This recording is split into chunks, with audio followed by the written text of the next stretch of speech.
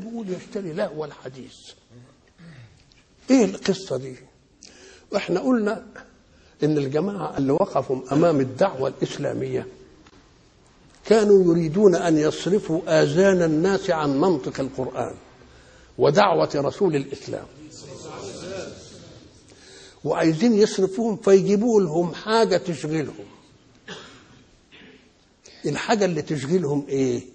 قال لك القرآن بيتحدث عن عاد وثمود وفرعون ذي الأوتاد وبيتودع عن مدين وعن مش عارف ايه. طب ما نجيب لهم شوية قصص ويقولوها ونقولها لهم كده ونقعدهم في سمر زي ده زي أبو زيد الهلالي وبتاع وحاجات زي دي. فكان واحد اسمه النضر بن الحارث أو جوال في البلاد، فراح فارس فلقى هناك قصص لرستم وقصص لإسفنديار، قصص لأكاسرة الفرس، قصص لملوك الحمير، فجاب الحاجات دي واشتراها وقعد عمل نصبه عشان ايه؟ يتكلم الحكايه دي ويشغل الناس عن مين؟ وبعضهم قال لك لا، ده واحد تاني جاب مغنيه تغني بقى وتتكسر في غناها عشان برضه يشغل الايه؟ الناس. يبقى من الناس نقول له تعالى بقى. اولا كلمه يشتري يدل على انه طلب، اللي راح يشتري حاجه بيطلبها اولا وبعدين يدفع ثمن يشتريها، وهي نفسها سلعه خسيسه. يبقى كم حاجه؟ يطلب ادي مجهود، يدفع ثمن ادي غرم، السلعه خسيسه ادي خيبه. كيف يصنع ذلك وامامه اشياء حق قصاد الباطل بتاعه اللي رايح يشتريه، وآتت له من غير طلب، فضل الله أنزلها عليه برسول ما طلبها، ومن غير ثمن، قل لا أسألكم عليه أجرا. يبقى شوف الحمق بقى جاي من كم ناحية. أولا طلب وبثمن وباطل، مع أن اللي بيقولوه له الرسول حق، ومن غير طلب. مش انت اللي طالب، ده احنا اللي طالبينه نديك خير، ومن غير ايه؟ ومن غير ثمن. يبقى معناها ده حمق ولا مش حمق؟ ومن الناس من يشتري لهو الحديث. طب نحدد اللهو بقى ايه هو؟ والله العلماء قالوا فيه كتير. هل كل شيء يلهي عن مطلوب لله، وإن لم يكن في ذاته في غير مطلوب الله لهوا.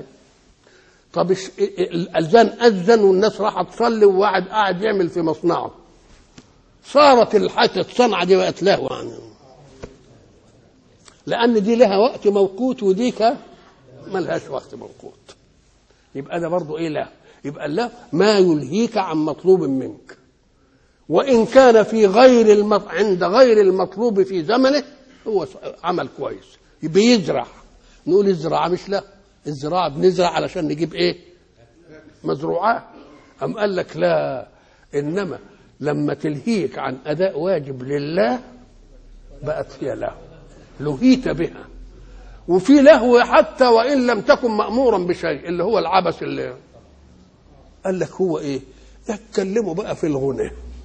كل العلماء ابتدوا يتكلموا في الايه؟ الغنى والمزمار والطبل والرق والمش عارف الايه وبتاع ده، لانهم كانوا بيعملوا كده. طيب تعالى بقى، العلماء حينما يتكلمون في هذا بيتكلموا كلام محدد، يقوم غير اللي بيدوا يجيز الاشياء ياخد زاويه من كلامهم ويطبقها على غير كلامهم. العلماء قال لك ما فيش مانع في الافراح اننا ايه؟ نؤنس بالغنى، والنبي امر به. وفي الاعياد مش قال لابو بكر هذا يوم عيد، نحن في يوم عيد، وقال لهم ابعثوا للمش عارف ليه مغنيات تغنيهم. طيب وايه كمان؟ قام قال لك كذلك الاعمال الشاقه بيقعدوا ينشدوا، ولذلك تلاقي كل جماعه بيعملوا اعمال شاقه ايه؟ نشيد. نشيد ده بيعمل ايه؟ يطربوا انفسهم فيلهيهم عن متاعب العمل. قال لك طيب المرأة اللي عمالة تهني ولدها وتغني له لو انكحنا بابها جارية خدابا مكرمة محدة تجب أهل الكعبة مثلا. الله اللي بيعمل نشيد عشان يديك حماس في الحرب ومش عارف ايه والى اخره، مقبول ولا مش مقبول؟ دي يبقى ده مقبول. اذا كل شيء له غرض نبيل نيجي نقول له الغناء بس مش هو اللي وحش. النص من غير غناء ان اهاج غرائزا يبقى حرام. ليه؟ قال لك لان الله يعلم ان طبيعه الغرائز في الانسان اسمها غريزه، غريزه لها عمل في ذاتك وتفاعل من غير اي حاجه، فما تهيكش الغريزه بغير طاقه الغريزه. فما تقولش بس الغناء، قول النص نفسه من غير غناء ان اهاج غرائز الناس يبقى باطل، يتشبب بالمش عارف ايه الواحده ويصف جمالها ووسطها وشعرها وعينيها ومش عارف ايه وبتاع ويقعد يتكلم عنها مما يريد حتى من غير غناء. فاذا ما غني بتكسر برضه يزداد. يبقى مره يبقى النص نفسه محرم، ومره يبقى تلحينه المبني على التكسر والبتاع محرم، والاداء نفسه مبني لانه يستعمل غير الصوت اشياء اخرى، يروح مهزوز بقى من تحت ومن فوق ويعمل بقى الحركه. الله معجنه هي ولا ايه الحكايه بتاعتكم؟ يبقى اذا لازم الانسان المؤمن هيوضع الحد النص المهيج الذي يخرج الانسان عن وقاره وعن رزانته محرم، النص نفسه. فاذا اضيف للنص لحن متكسر يبقى محرم مرتين. اذا اريد له اداء مهيج بحيث يستعمل في شيء غير الصوت، بحيث تستعمل الايادي والعينين والمش عارف ايه والوسط والبتاع والحاجات اللي زي دي، تبقى بقت ايه؟ يبقى اذا انت الحكم في كل ذلك. انما مثلا في الافراح مثلا بتبقى مره يعني يغنوا للبت يبسطوها مثلا. في الاشياء اللي قلناها الحداء النبي ما قالش لانجشت رفقا انجشت بالقوارير، رفقا انجشت بيحدي الجمال، تقوم الجمال ساعه ما تسمع الصوت الايه الحلو تنشط في السير. لما تنشط في السير الهودج ايه؟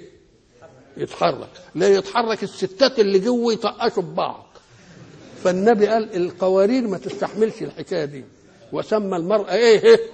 القارورة، يعني من اللطف ومن الدقة والى اخره.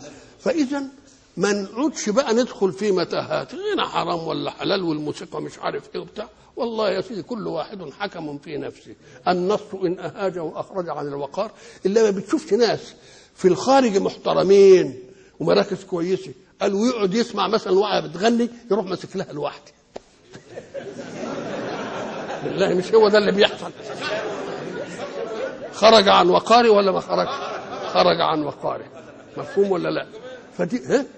فدي مسألة كل واحد يبقى حكم فيه. إنما النبي عليه الصلاة والسلام لما جه، إذا كان أبو بكر قال أمزامير الشيطان في بيت رسول الله، يعني لازم سمع حاجة يعني، فراح بده ينهرهم قال له دعهم احنا النهارده عيد معلش يعني. ولذلك ايه يقول لك روحوا القلوب ساعة بعد ساعة، مش تعملوها بقى وجبات.